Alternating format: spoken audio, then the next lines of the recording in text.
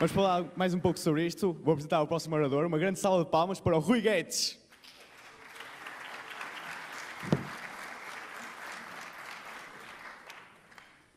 Bom dia.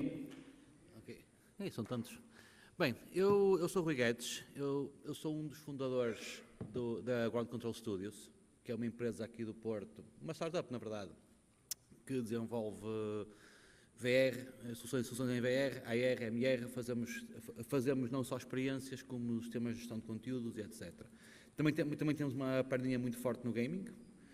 Nós já andamos a fazer isto desde 2013, já há uns anos. E então, quando o pessoal do INEI nos convidou para vir cá partilhar convosco um bocadinho daquilo que a gente sabe, nós achamos que era uma ótima ideia. Portanto, agradecer desde já ao pessoal do INEI pelo convite e vamos cá explorar então o que é isto do VR. VR, AR e MR. Pronto, começando pelo princípio, nós temos, passando pelo anasmo, nós temos aqui um novo paradigma atualmente, que são as novas realidades digitais. O que é isto? É o conjunto feito pela realidade virtual aumentada e pela realidade mista. São coisas, em alguns pontos diferentes, noutros pontos têm bastante contacto. E é importante que vocês, enquanto alunos, enquanto estudantes, sejam expostos a este tipo de coisas. Porquê? Porque isto vai ser o futuro. Enquanto há 15 anos atrás era totalmente ficção científica e o pessoal que trabalhava com o VR era a mesma coisa que estava a trabalhar com o teleporte. Portanto, era uma coisa tão bizarra e tão pouco enquadrada que nem fazia sentido nenhum. Depois, há 5 anos atrás, a partir de 5, 6 anos atrás, a coisa começou a ficar mesmo séria e hoje em dia é uma área de estudo e uma área de investimento. Porque o conteúdo, quer o meio, quer o conteúdo que é produzido, tem um impacto direto nos processos, no trabalho, no entretenimento, nos workflows, tem um impacto até em tudo. Quer com VR, quer com AR.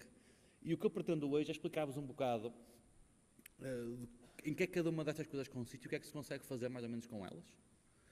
Porque vocês, quando acabarem o curso e quando começarem a explorar este tipo de tecnologias, vão encontrar um mundo em que isto até poderá fazer parte do dia-a-dia.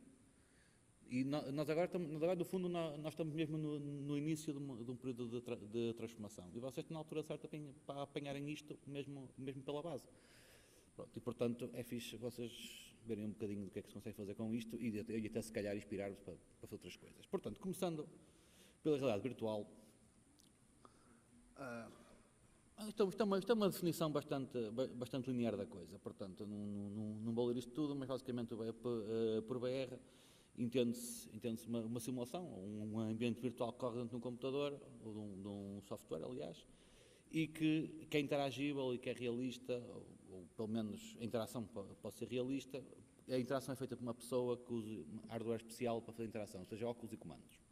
Pronto, portanto, o VR, ou seja, o VR, realidade virtual implica sempre, o mundo virtual implica sempre um capacete para o visualizar e alguma coisa com que interagir com ele.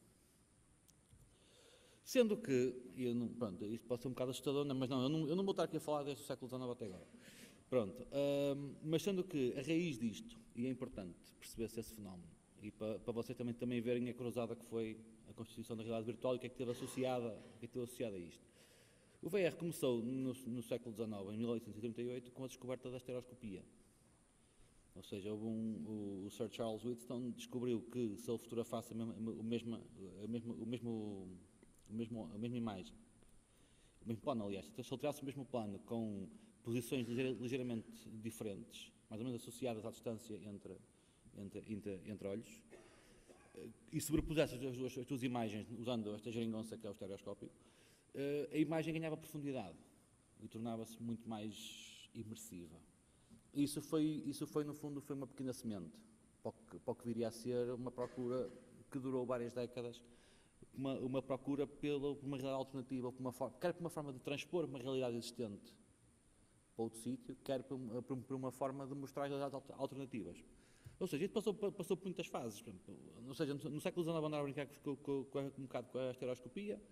A coisa ficou um bocado assim em banho-maria, até que, pronto, se descobriram coisas importantes como a eletricidade, como o áudio gravado e o cinema, o filme, aliás, a película, a gravação em película, e na década de 50 construiu-se aquilo que eu penso ser, provavelmente, o primeiro sistema de cinema 4D da história, que foi o Sensorama, que era esta coisa avançadíssima, em que o pessoal enfiava a cabeça ali dentro e, basicamente, o que eles viam era um vídeo estereoscópico, e são por duas colunas, o pessoal tinha que lá dentro, via um filme, levava com ar na cara, aquilo mexia-se, portanto era uma experiência de cinema 4D um bocado bizarra.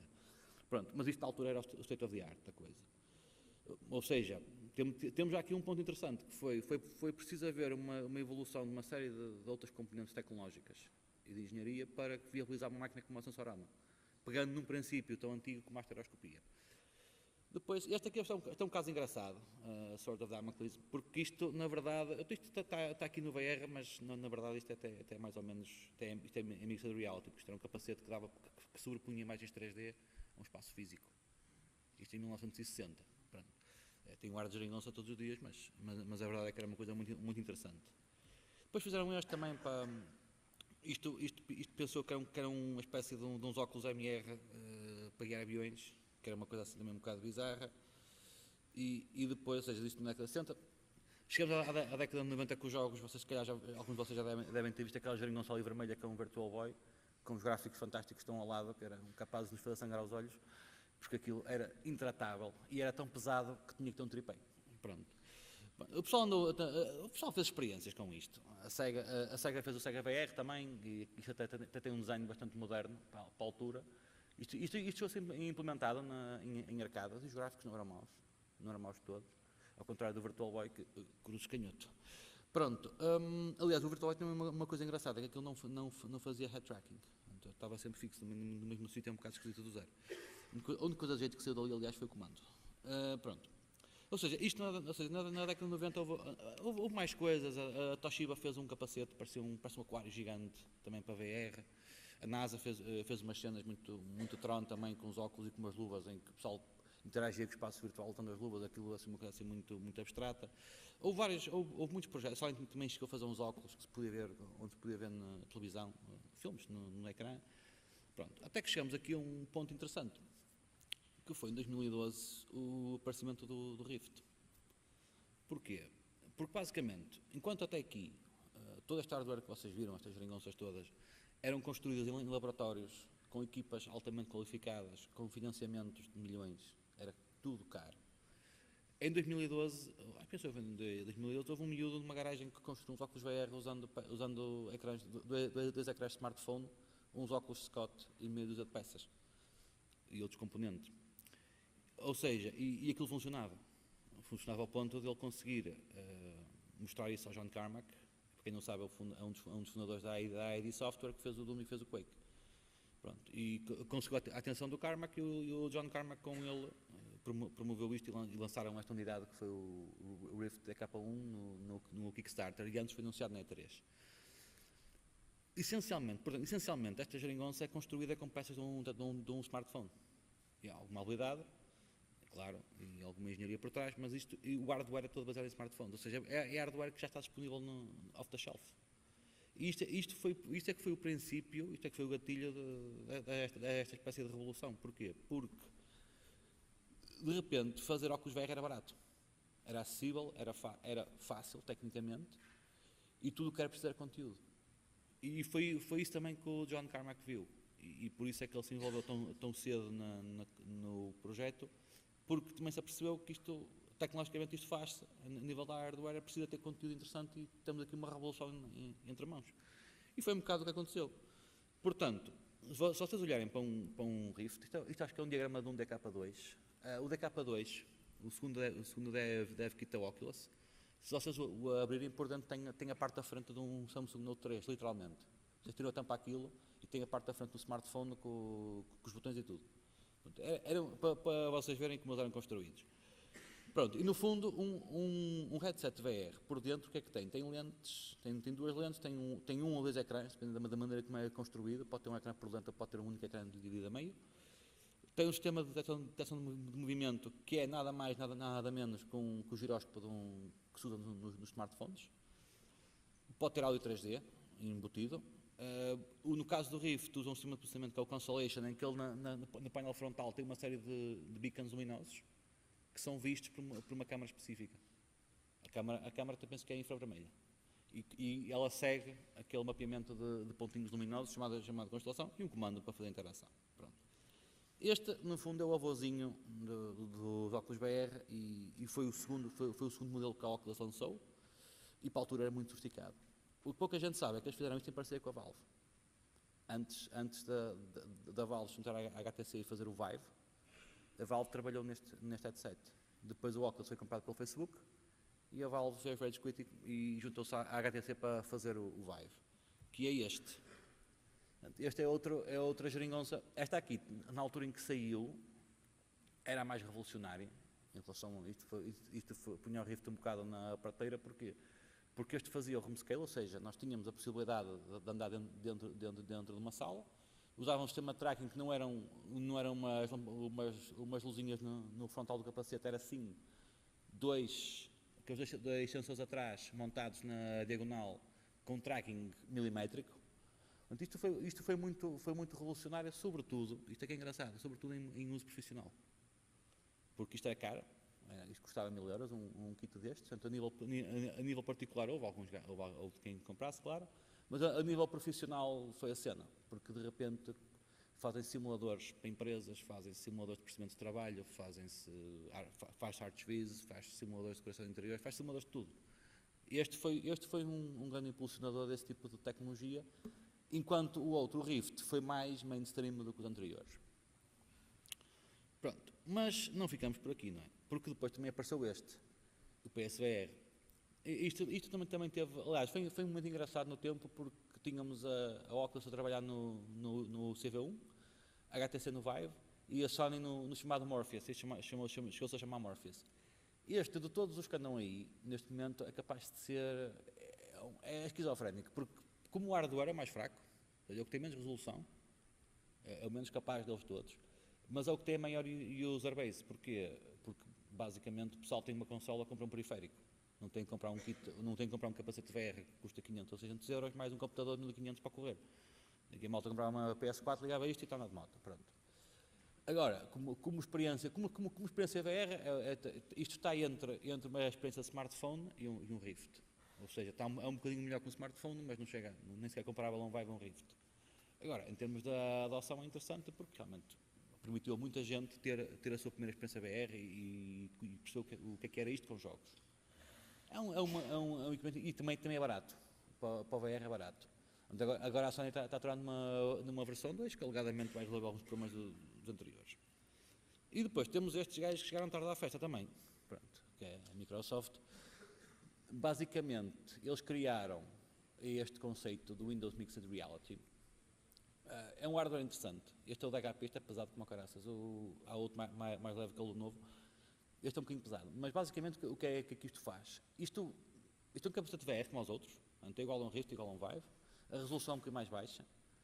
Mas eles mudaram fizeram duas coisas interessantes. Em primeiro lugar, enquanto nos outros o tracking é sempre externo, ou seja, tínhamos que ter sempre um sensor externo para fazer o tracking do capacete e dos comandos. Eles aqui usaram uma abordagem inside-out, ou seja, o próprio capacete é que faz o tracking todo. Dos comandos, também tem um sistema de constelação, que são aquelas luzinhas ali.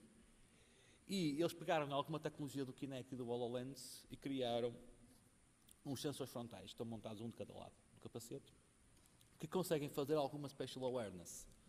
Ou seja, os óculos conseguem saber mais ou menos onde é que estão dentro de uma área pré-definida. Nós podemos limitar-lhe um espaço e ele dentro daquele espaço consegue ir navegando e saber onde é que está. Se não tiver espaço definido, ele usa os sensores para saber se está próximo ou afastado de determinados referenciais que ele cria. Portanto, isto na verdade faz 6 graus, faz um 6DOF, ou seja, 6 graus de liberdade. Consegue rodar, faz o yaw, o pitch e o roll, e consegue andar em X, em Y e em Z. De forma um bocadinho limitada, mas pelo menos não acontece o que acontece com o Rift, que se nós nos virarmos de costas para o sensor, lá se vai o tracking. Pronto. Outra vantagem que isto tem é que é barato. Esta abordagem da Microsoft, aliás, eles ao desenvolverem um template de software e darem isto aos fabricantes, criaram um sistema que isto, neste momento, custava à volta de 400 euros, 300. A tendência é para baixarem muito mais e para serem quase a gama de entrada para o VR em PC.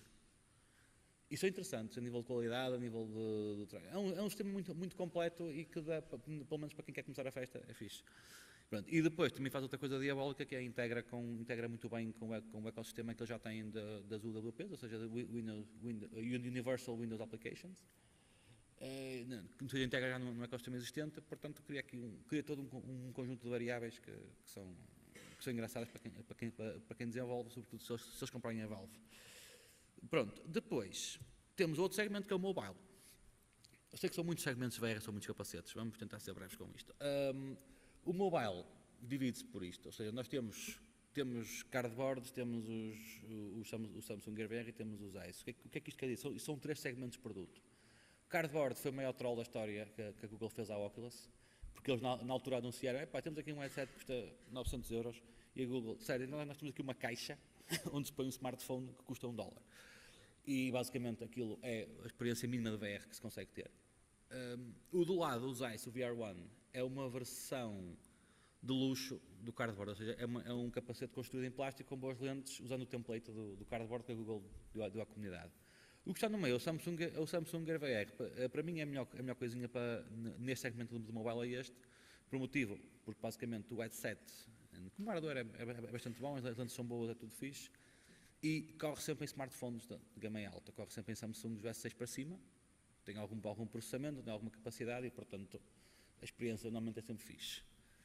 Depois temos, agora isto é a nova rave do VR, que é o standalone, em que o pessoal chegou à conclusão que, isto ligar ao computador é fixe, isto para o telemóvel é fixe, mas fixe era ter uma coisa que funcionasse sozinha.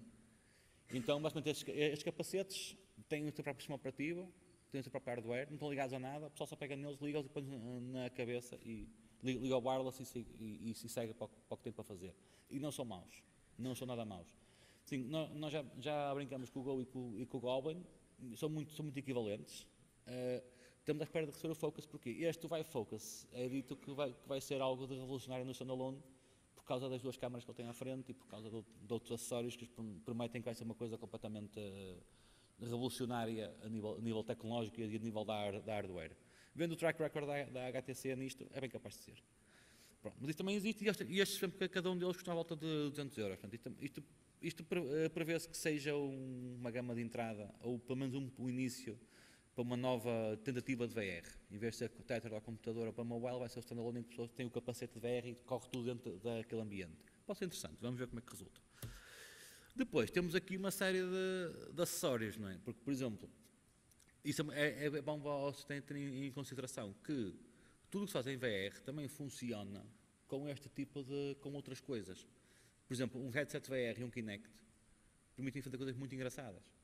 Ou então o clássico headset VR com Lip Motion. Para quem não souber o que é um Lip Motion, é um sensorzinho um sensor com uma câmera infravermelha que está feito para ler as mãos e para criar um esqueleto articulado à volta das mãos do utilizador, permitindo efetivamente criar um sistema de interação com as mãos. Se montarmos à frente dos óculos VR, nós conseguimos ter as mãos dentro do mundo virtual, o que é bastante fixe. Pronto, portanto, são algumas das possibilidades. Portanto, nunca pensem que estão limitados aos óculos e aos comandos que eles trazem. Pensem sempre que geringonça é que vocês podem usar para tornar a coisa mais imersiva. Nós já fizemos uma experiência que tinha um Kinect, um Lip Motion e uns óculos VR e era uma cobaiada. Pronto. Portanto, à parte disto tudo, e depois falar um bocado de headsets, etc., temos aqui um conjunto de conceitos que são muito relevantes para o VR. Nomeadamente, o HMD, que quer dizer Head Mounted Display, ou seja, em português, o capacete. Temos um conceito de motion tracking, que é o acompanhamento de movimento de tudo o que está a ser usado, ou seja, quer o capacete, quer os comandos. Portanto, ele tem conhecimento espacial, Spatial Awareness, de onde é que anda o hardware todo, e isso é muito importante para a imersão da experiência VR. Temos o Motion Controller, que lá está, que ele próprio consegue também detectar o movimento que ele próprio faz, um bocado como um emote. O FOV é o Field of View, ou seja, é o campo de visão dos óculos. Isso é importante porque, dependendo dos óculos, dependendo da pessoa, nós podemos querer mexer nisto. E o DOF, que são os graus de liberdade, ou seja, isto é para onde é que ele anda. No caso do mobile, por exemplo, ele faz 3 DOF, ou seja, quer dizer que ele só rola para a frente, rola para os lados e rola sobre si próprio, ou seja, yaw, pitch and roll. E só faz isto. Enquanto no desktop ele faz isto, mais X, Y e Z. Portanto, o movimento é completo. No desktop, no mobile não, porque ele não tem referenciais contra os quais se apoiar para saber se está para a frente ou para trás. Depois, temos aqui algumas coisas mais giras, que são os modos de interação. Nomeadamente, nós podemos interagir com o VR de algumas formas. Deixem-me só mudar aqui uma coisa, para eu poder... Ok. Nós podemos interagir podemos interagir com o VR de algumas formas. Primeiro, através do movimento da cabeça, ou seja, e pelo gaze, como estou a ver ali no GIF. Isto foi uma coisa que nós fizemos com a Força Aérea, nós conseguimos interagir com os pins, olhando só mexendo a cabeça, colocando o cursor, automaticamente ele spota um fuse.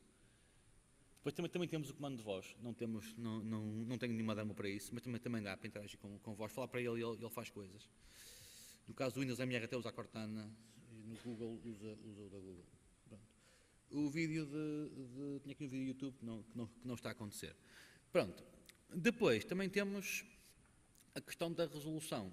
Isto é meu de conceito um bocado exótico, o pessoal pensa, isto 4K é que era. Não necessariamente, porque vocês aqui, têm aqui dois exemplos. Tem o smartphone, tem uma resolução por lente, aquela resolução que está ali, a resolução é muito importante. No VR a resolução mede-se por lente. Ou seja, no caso do Rift ele tem Full HD, só que cada lente tem 960 por 1080 e cada frame de lente é renderizado a essa resolução. Mesma coisa igual no smartphone, ele tem 2500 por 1440 e cada um tem 1280 por X. A questão é que, apesar do smartphone ter uma resolução muito mais alta, cortesia dos ecrãs dos telemóveis, a qualidade da experiência não é melhor que a do desktop. Porquê? Como vocês já devem ter calculado, porque o hardware não aguenta a bucha. Não é? Vocês querem pôr um smartphone a renderizar frames de 2500 por 1440, se for uma coisa toda 3D cheia de pós-processamento, o telefone estoura. Enquanto que no caso de uns óculos para PC, apesar da resolução ser um bocadinho mais baixa, vocês podem atirar com quase tudo o que o gajo dá resposta. Portanto, é muito importante ter essa sensibilidade, que a resolução nem sempre é tudo. O VR é uma combinação de resolução com poder de computação.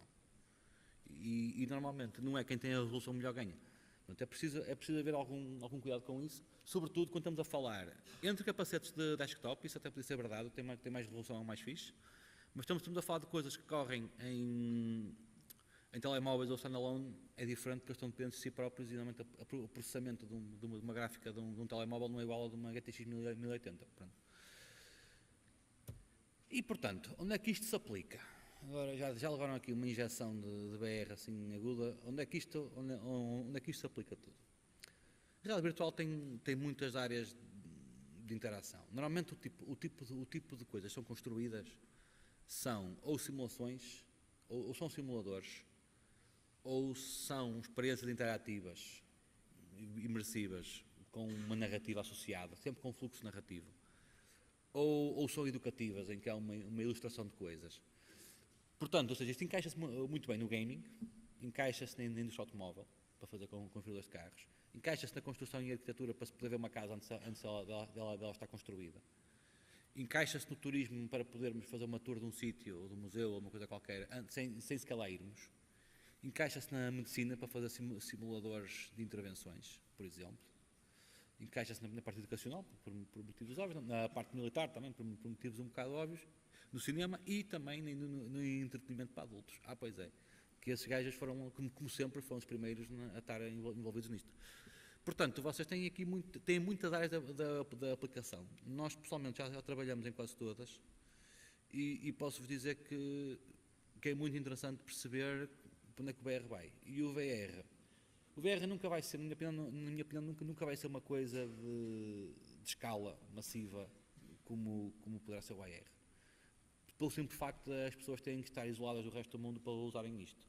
Então, o VR vai ter um ponto muito forte no entretenimento, vai ter um ponto muito forte para algum tipo de simuladores, para algum tipo de experiências pedagógicas, mas ficará sempre muito restrito a algo que possa acontecer numa sala ou num ambiente controlado. Sempre. Por causa do tipo de experiência que é, sempre. Agora, essas experiências podem ser inacreditáveis. E, portanto, é uma área com muito interesse em termos de exploração, até para perceber o que é que nós conseguimos, até que ponto é que conseguimos levar isto, a nível sensorial, a nível psicológico. Isto que o VR há muito poder sobre as percepções e sobre as reações das pessoas aos ambientes. E isso é uma das coisas mais interessantes de aprender, é a parte psicológica por trás disto, que é grande. Vocês podem ver experiências como as planks, ou como os simuladores das aranhas, ou os simuladores de quedas, que mexem mesmo tocam vários gatilhos da parte de processamento de movimento, etc. Ao nível da neurociência tem casos tudo muito engraçados. Podemos estar aqui o dia todo a falar disso. Mas não, vamos avançar para outra parte, que é a realidade aumentada. Portanto, isto é outra parte do espectro. Se o VR está na parte isolada, total e imersiva, o AR está no ponto em que tem mais contacto com o resto do mundo e onde as realidades de facto se tocam. E aqui nós temos a definição do Kirchner, né, que é, no fundo, e falando rapidamente, a realidade virtual, a realidade aumentada, aliás, a realidade aumentada no fundo, é colocarmos um elemento digital sobre um elemento físico, real. Pronto, e essa colocação pode ser feita usando uma interface, usando um ecrã, de uma forma artificial ou natural. Portanto, aqui voltamos à Sword of Damocles, não vale a pena falar isso outra vez, e temos vários casos. Esta cena o Myron Kruger fez um laboratório na altura dos anos 70 só sobre isto, com o uso de câmaras e motion tracking para fazer overlay de coisas. Este caso é muito engraçado porque a Boeing tem uma certa obsessão com cabos.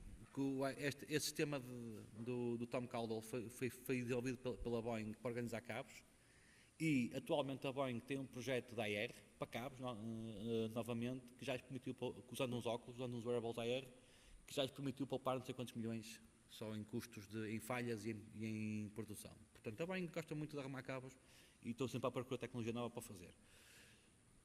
Depois temos esta cena do Louis Rosenberg, no fundo. Isto é quase, pronto, isto não é bem VR, não é bem AR, é um autómato controlado à distância com um sistema de visão embutido, é uma coisa assim um bocado complicada, mas é interessante. Temos isto, é uma instalação artística. O AR Toolkit, que alguns de vocês devem conhecer também, que foi a primeira biblioteca open source que visava tratar da AR e de dar aos developers instrumentos para construir experiências em realidade aumentada. Este é fixe, o AR Quake. Deixa-me ver se consigo pôr o vídeo a dar. Exatamente. Não deixa pôr o vídeo a dar. Pronto. O AR Quake basicamente foi um gajo que pegou e fez uma experiência AR em que estava a jogar o Quake num parque de estacionamento e dava tiros às coisas. Os monstros apareciam no meio do mundo. É fixe. O Google Glass também foi outro ponto marcante na realidade aumentada, porque foi a primeira vez que fez um wearable que não parecia um trambolho. Era uma coisa muito fininha, até do smartphone, e que conseguia projetar uma camada digital interativa sobre o mundo real. Aquilo um bocado como os scouts do Dragon Ball, mas mais fixe.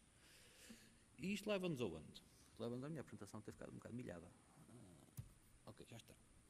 Pronto, isto leva-nos aonde? Leva-nos que o destino do AR, da aumentada, vocês já conhecem isto, vocês já viram no Pokémon GO que usava o AR como uma gimmick, ou seja, aquilo não fazia nada, aquilo era só um ecrã, era só uma câmara que mostrava o que estava por trás, e tinha o geocaching que disputava eventos quando estavam perto de um certo sítio, mas a nível da AR aquilo só tinha uma câmara a mostrar a parte de trás, não fazia rigorosamente nada. E foi engraçado o impacto que isso teve nas pessoas, porque basicamente a realidade aumentada no smartphone só por si só pode ser uma coisa bastante medíocre às vezes, porque é só uma câmara que mostra coisas e nós pomos lá um objeto que pode nem ter nenhum tipo de relação com o que está por trás. Mas quando nós começamos a tentar usar o espaço envolvente para interagir com a parte digital que nós queremos colocar, aí sim fica interessante. Porque de repente a nossa experiência, o nosso conteúdo digital ajusta-se ao meio físico onde está. E isso sim é realmente aumentado.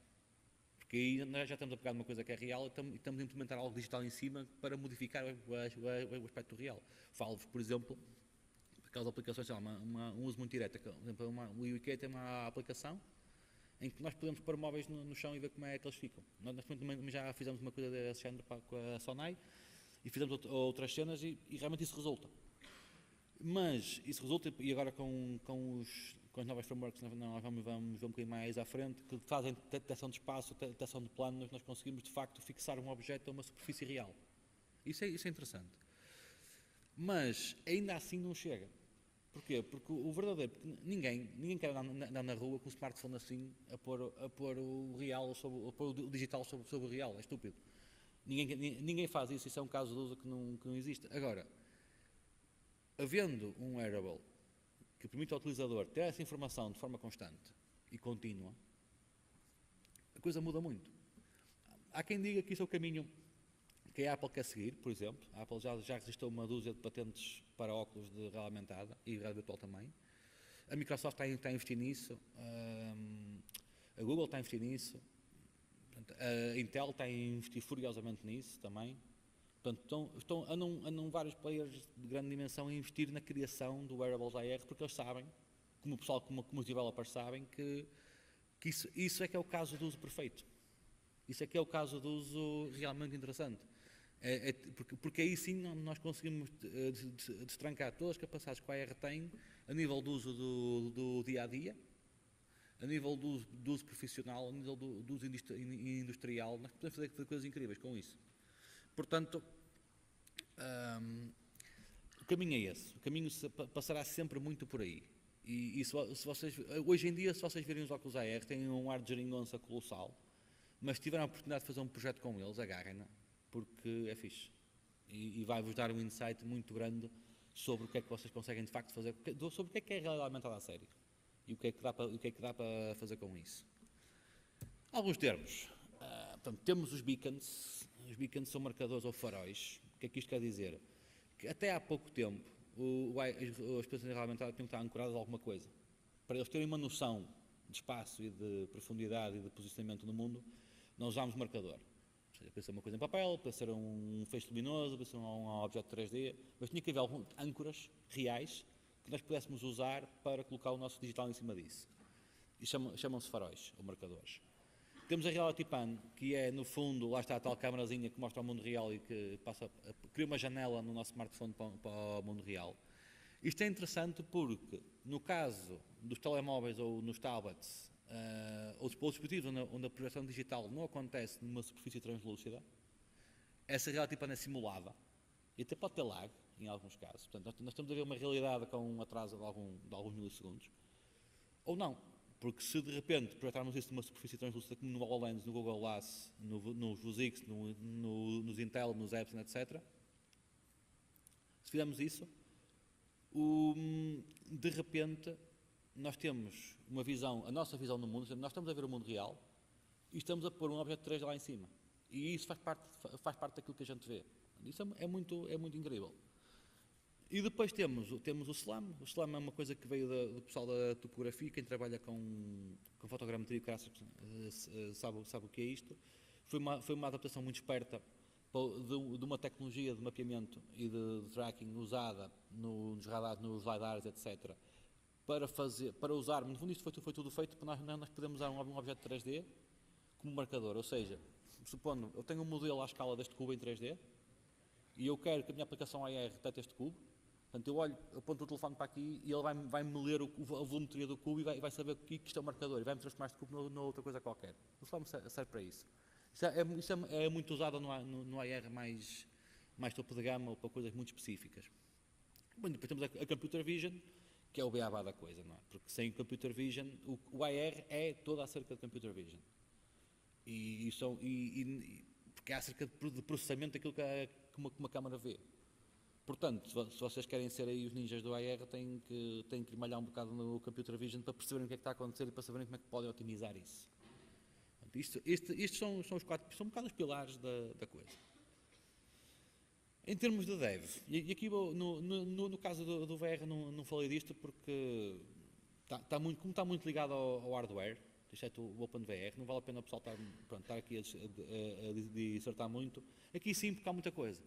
No caso falta só aqui o ARKit, que eu tinha mostrado há bocado, o AR Toolkit, aliás, que eu tinha mostrado há bocado, mas vocês podem usar o OpenCV, que é uma biblioteca open source de Computer Vision, podem usar o Vuforia, que é uma coisa comercial, mas tem muito power, podem usar o ARKit da Apple, que é gratuito, o ARCore da Google. Estes dois, o ARKit e o ARCore, já fazem coisas de como ler superfícies e permitir colocar objetos lá em cima, fazer com que um objeto digital reaja à luz ambiente. Portanto, quer o ARKit, quer o ARCore têm possibilidades muito interessantes e vão fazer de certeza parte do futuro disto. Aliás, no dia em que a Apple anunciou o ARKit, acho que foram para aí duas startups da 500 Startup que estavam ligadas a isto que foram à vida, porque no fundo de repente tornaram-se inúteis. Portanto, estas do ARKit e o ARCore são muito interessantes mesmo, porque são bibliotecas de baixo nível. Que fazem a parte da operação entre a câmara e a camada digital. Já o Easy AR e o Vuforia trabalham para entrar um stack mais acima, portanto são mais camadas de gestão. Portanto, isto se alguém quiser trabalhar com AR, tem aqui um bom ponto de partida. Exemplos. Isto é uma experiência em AR, foi uma coisa que nós levamos para a Câmara de Lisboa e é basicamente o mais simples do simples. Tem AR com marcador, em que nós temos uma maquete que era projetada em cima e atrás de um logo específico da Câmara e representava este edifício. Depois tinha aqueles pins, nós conseguimos carregar neles e conseguimos ir para lá para dentro. Portanto, isto é AR muito básico, muito básico, fez-se no instante. Tínhamos a maquetezinha, tínhamos um modelo engraçado. Portanto, só para vocês verem que se podem fazer coisas complexas, que uma parte da malta anda aí só com um cubo ou com um boneco, não sei o que, mas vocês podem criar cenários inteiros. E podem associá-los ao AR, e podem usá-los e podem pôr interação em cima daquilo. Vocês podem tratar o AR como sendo uma coisa completa, não só como um truque de salão para entreter a malta. Depois, o que nos leva ao último ponto, que é a realidade mista. Pronto, isto aqui é uma questão um bocado polémica, porque não há consenso, acho que não há consenso na comunidade científica em relação a se o MR é uma coisa separada ou se é uma extensão do VR e do AR. Porquê? Porque a Mixed Reality, este conceito da realidade mista só introduz uma coisa nova, que é a tal percepção do espaço aplicada ao conteúdo digital que é representado. De repente o conteúdo sabe onde é que está, sabe que o espaço, por exemplo, se eu estivesse aqui a fazer MR, sabia que tem aqui 2 cubos, tenho um púlpito, tenho um chão, o teto tem esta altura, tem não sei o quê, eu conheço o espaço todo. E aquilo que eu vou mostrar digitalmente encaixa-se no espaço que é representado. Isso funciona para o VR e para o AR, funciona para os dois. Portanto, o termo realidade mista é um assunto um bocado polémico. Basicamente, há uma definição, mas eu não concordo muito com isto, porque nós podemos ter realidade mista sem AR, ou seja, os óculos, o Windows MR, eles são tapados, ou seja, aquilo o campo de visão é occluded, mas ele tem Spatial Awareness, ou seja, ele lê espaço e usa essa leitura do espaço aplicada ao VR. Portanto, nesse caso, eles estariam, se o MR fosse um espectro, eles estavam mesmo no limite entre a realidade virtual e o resto. E depois, temos do outro lado, temos os tais óculos, como os HoloLens e outros, que nós conseguimos ver o mundo real e temos eles têm percepção espacial de tudo o que os rodeia. Eu tinha aqui um vídeo, mas acho que este também não vai tocar, certo? Pronto, não interessa. Avançando, em que era um vídeo sobre o HoloLens. Em termos da hardware, portanto, a realidade vista no fundo, estes óculos, o que é que eles fazem? Todos eles. Eles permitem-nos ver o mundo real e projetam informação digital à nossa frente. Por exemplo, o Magic Leap projeta nos olhos diretamente, com campos de luz, o HoloLens projeta no ecrã e o Meta também. Em que é que eles variam? Eles variam. Estes todos são todos maus, pronto. Sendo direto, são todos maus a nível de B2C, ou seja, de consumer, nenhum deles é consumer. Individualmente, cada um deles é um prodígio tecnológico em alguma coisa, porque são, mas para um cliente final, para vocês comprarem e terem em casa, vocês iam-se passar com isto, porque eles têm problemas. Por exemplo, o HoloLens funciona completamente. O que é que o HoloLens tem de bom? Ele funciona sozinho, é autónomo, isto é um portátil autêntico, tem 60 GB de RAM, tem 60 GB de disco, 8 GB de RAM, tem wireless, tem Bluetooth, tem tudo e mais um par de botas. E dá para fazer coisas muito interessantes. A parte de posicionamento é incrível, o tracking é ótimo, só que tem um problema, a bateria dura 4 horas e o ecrã é deste tamanho. Portanto, o FOV, nós vemos assim um quadradinho de realidade virtual no meio do espaço e custa mais de 3.000 paus. O Magic Leap, a mesma coisa, ou seja, a Google anda a empurrar isso já há algum tempo, sendo que o Magic Leap precisa de uma caixa para funcionar, ele tem que estar ligado a um computador de bolso, tem um módulozinho. O ecrã também é uma coisa assim ridícula, pequenina, e até é menos autónomo que o HoloLens, mas supostamente a definição é melhor e é mais. Ainda ninguém ouviu, mas a medida que é um bocadinho melhor que o HoloLens. Pronto, depois temos o Meta 2, que tem um field of view completo, vê-se tudo, ou seja, ocupa o ecrã inteiro, só que também é só isso que faz. Ele tem que estar ligado por cabos e o tracking é medonho. Ou seja, vocês põem um objeto aqui em cima, olham para o lado, voltam a olhar, o objeto anda para o lado. Então, a persistência no espaço é catastrófica. Portanto, todos eles têm vantagens e desvantagens. De todos estes, eu já experimentei todos menos o Magic Leap, portanto esse não vou falar, mas em relação, entre o HoloLens e o Meta 2, o HoloLens é claramente superior e é um ótimo dispositivo de aprendizagem e de investigação. Por isso, se vocês puderem, já têm a faculdade para arranjar uns quantos, porque vale a pena.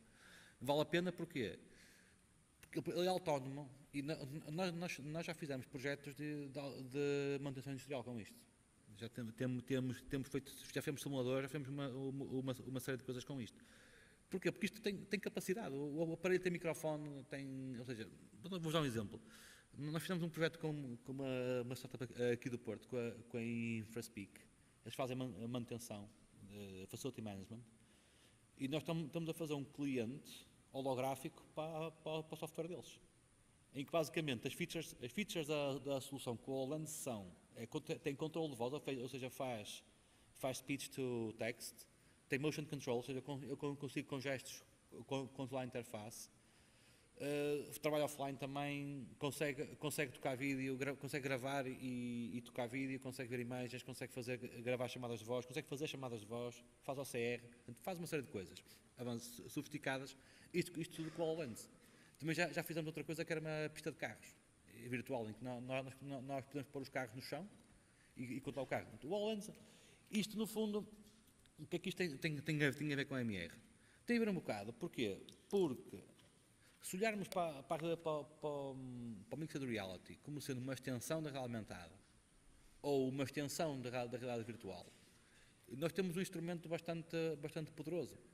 Eu pessoalmente acho que o que vai acontecer em relação a isto é que a realidade aumentada, aliás, já com o ARKit e com o ARCore já é muito parecida com a Mixed Reality, e o que vai acontecer é que no fundo o MR vai ser realidade aumentada com awareness posicional e poderemos ter a realidade aumentada mais fraquinha que é sem awareness posicional, mas faz todo o sentido que ambas as coisas estejam integradas e que nós tenhamos uns óculos que leem o espaço onde nós estamos e consigam projetar as coisas em cima do espaço. O HoloLens já faz um bocado isso, nós conseguimos ancorar ecrãs às paredes e ao chão. Isso faz todo sentido. Faz todo sentido. Em termos de aplicação, temos o gaming, por exemplo, temos a construção e arquitetura imobiliária, por exemplo, este tipo de óculos, como quer o Meta, quer os Intel, quer os HoloLens, podem ser usados para medir salas e para, por exemplo, pegar numa planta de uma casa que está em construção, fazer o overlay com o espaço real, porque ele é o espaço, ele tira as medidas todas, e nós podemos pôr uma planta feita em Revit em cima do espaço físico e ver se as coisas estão bem construídas ou não, para o turismo, para a parte industrial, para a automação, para a telemetria, etc. Para a parte educacional também é muito importante, porque nós conseguimos fazer quase tudo o que quisermos com isto. Para a medicina há imensos projetos, há um da Case Western muito bom, com o HoloLens. Portanto, nós temos todas estas realidades, eu diria que a realidade aumentada e a realidade mista vão ser quase uma só, e a mista também vai permitir ter um VR expandido.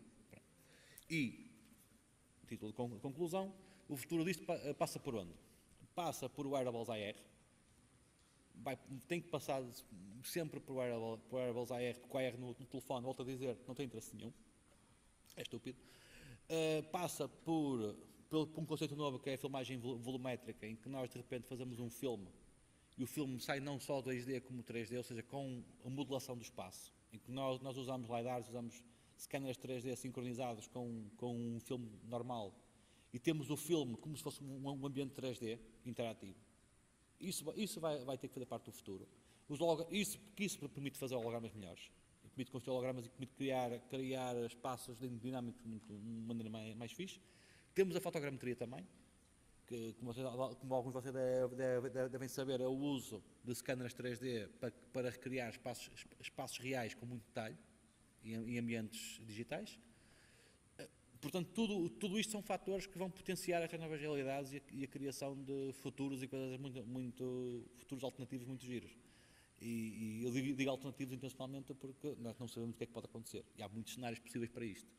Mas, de qualquer maneira, vocês, enquanto estudantes, enquanto pessoal que tem a oportunidade de estar mesmo em cima na crista da onda da coisa, acho que devem investigar estas áreas, porque isto vai ter já está a ter uma enorme disrupção sobre o mercado tradicional, quer no nível da maneira como se trabalha, quer como se controlam os processos, quer como se faz o entretenimento, quer como se fazem as narrativas, como se contam histórias. Isto vai ter impacto nessas áreas todas, quer o AR, quer o VR.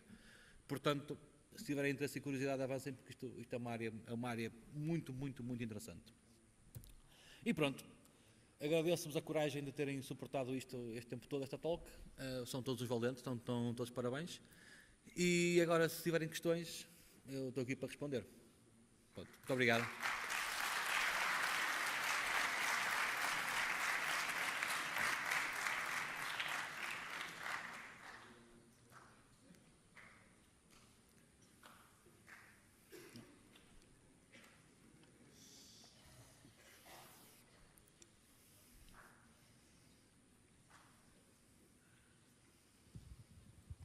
Olá, bom dia. Eu tinha uma questão quanto às aplicações do VR. Estava há bocado a falar sobre aplicações na medicina, como simuladores, para além da medicina, simuladores de aviões, por exemplo. Isso são simuladores para serem mesmo utilizados para a formação de pessoas? Têm de ter garantias que estão a trabalhar a 100%. A minha pergunta é, quanto tempo é que acha que vai demorar até conseguirmos chegar a esse patamar em que estamos a trabalhar com VR muito bom, ou seja, que consegue mesmo simular com perfeição uma situação real, e é isso. Há quanto tempo é que estamos disso? Posso dizer que depende um bocadinho da área da aplicação. Por exemplo, se tu fores para os simuladores de voo, já não aí desde os anos 70, dos anos 50 aliás, é uma indústria muito madura, e tu tens empresas como a Ion Reality, que faz os simuladores da Emirates e da Boeing, etc., e conseguem fazer aquilo de forma bastante realista. E agora estão a usar o VR para potenciar ainda mais a imersão e para expor os pilotos a outro tipo de sensações, mais sensoriais. Também na parte automóvel também. Na parte automóvel também já tens sistemas, até tens isso no gaming, no Assetto Corsa e jogos assim, que vão ao detalhe, e tu tens simuladores profissionais ainda mais detalhados que esses, que usam fotogrametria para recriar o relevo, exatamente todo o relevo de um trajeto, têm motores de física sofisticados para o carro ter o comportamento que é suposto ter. Portanto, tudo o que envolve veículos já tem um grau de sofisticação bastante elevado, um grau de fidelidade bastante elevado também. É tudo uma questão de dinheiro. Quanto dinheiro que se quer gastar a fazer um simulador? No caso de outras áreas, por exemplo, vou dar um exemplo agora ao contrário.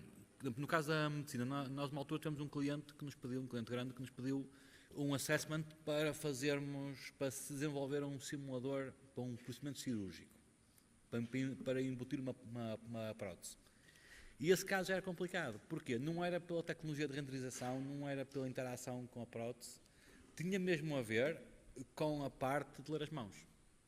Porque um simulador cirúrgico que precisa de muita precisão, e se nós estamos a ensinar o cirurgião a utilizar todas as ferramentas que estão lá, ele tem que pegar nelas e tem que saber manuseá-las com a força e com a precisão certa, aí sim é um desafio.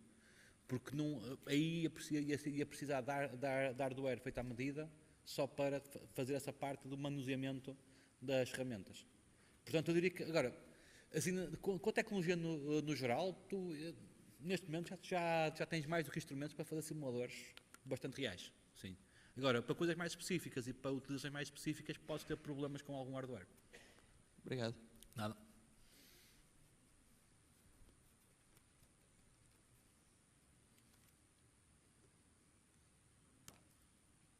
Ninguém? Está ali outro. Tenho estado um bocadinho fora da realidade virtual, portanto eu gostaria de saber o que é que está a ser feito para mimetizar movimento, deslocamento por parte de pessoas, em vez de ser só veículos. Portanto, o que é que está a ser feito em termos para mimetizar o movimento e o deslocamento de pessoas? Isso é uma questão engraçada, porque há 500 mil opções. Isso sempre foi um problema desde o primeiro dia, porque essencialmente há dois tipos de abordagem. Há a abordagem do holodeck, do Star Trek, como tem o Vive, em que nós limitamos uma área e dentro dessa área a pessoa pode andar à vontade. Mas o que se quer não é isso. O que se quer é que a pessoa ponha os óculos e ande o que apetecer, que acho que é esse o ponto da questão. Aí tem experimentado várias coisas. Passadeiras rolantes. Há um pessoal que fez uma esfera que tem uma torre com uma bola, com um arnês em que o pessoal anda lá em cima daquilo. Há pessoal que faz sistemas com pedómetros em que o pessoal anda sem sair do sítio. Há muitas coisas. O mais interessante que eu vi recentemente é um em que as pessoas mexem os braços e ele anda sempre muito rápido, ele corre. Portanto, eu há muitos anos atrás, quando começaram com estas coisas, experimentei o Doom, se calhar o original, com capacete, se calhar o da Sega, sim. em que para fazer o deslocamento era abanar a cabeça para a frente ou para trás. Ui, credo. Portanto, já é uma coisa, por isso é que eu estava a perguntar. Sim, há muitas assim, para emular o movimento físico, o pessoal, neste momento o state of the art, e quando a coisa aponta mais é para o movimento dos comandos. Esse é o mais, vai ser o mais mainstream, provavelmente. Há as tais rigs especializadas com os arneses e com as bolas para o pessoal caminhar em cima delas, e as passadeiras, porque elas têm que ser omnidirecionais. Portanto, há essa solução, mas isso é muito caro. Isso poderá ser, por coisas mais especializadas, até viável. Mainstream saca os comandos. Depois há coisas mais simples. Por exemplo, há sistemas em que nós temos hotspots no espaço virtual, e nós olhamos para lá e simplesmente ele anda de forma controlada. Portanto, isso é, e não vou mentir, é um drama na parte do VR, movimento. Se nós quisermos fazê-lo ilimitado, é um drama ainda maior. E basicamente o que o pessoal tem feito, tem tentado adequar a solução de locomoção à necessidade da experiência.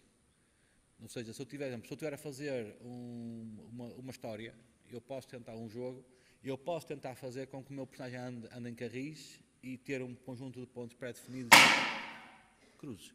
E o utilizador vai olhando para os pontos do carril e vai andando em cada um. Ou então podemos simplesmente usar sistemas de locomoção mais abertos. Mas é neste momento um dos dramas que a indústria passa, sim. Ok, obrigado. Nada.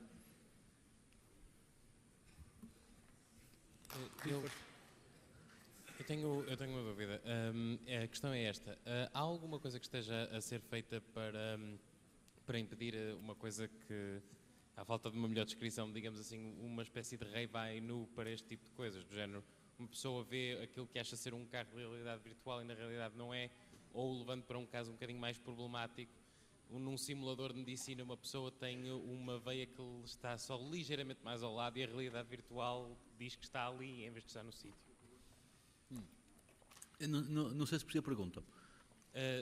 O que é que há de capacidade da realidade virtual de adaptação, como é que se diz, a cada caso específico? O que é que há exatamente neste momento a ser feito nesse sentido, de contrariar? Normalmente esse tipo de soluções passa pelo tal uso da mixed reality, ou seja, temos headsets com sensores ou até temos sensores externos que fazem a leitura do espaço. Podem fazer, se for um contexto estático, posso fazer então um mapeamento prévio de uma sala e passar essa informação para o software que estamos a desenvolver para trabalhar com medidas certas. Nós fazemos isso, por exemplo, na construção.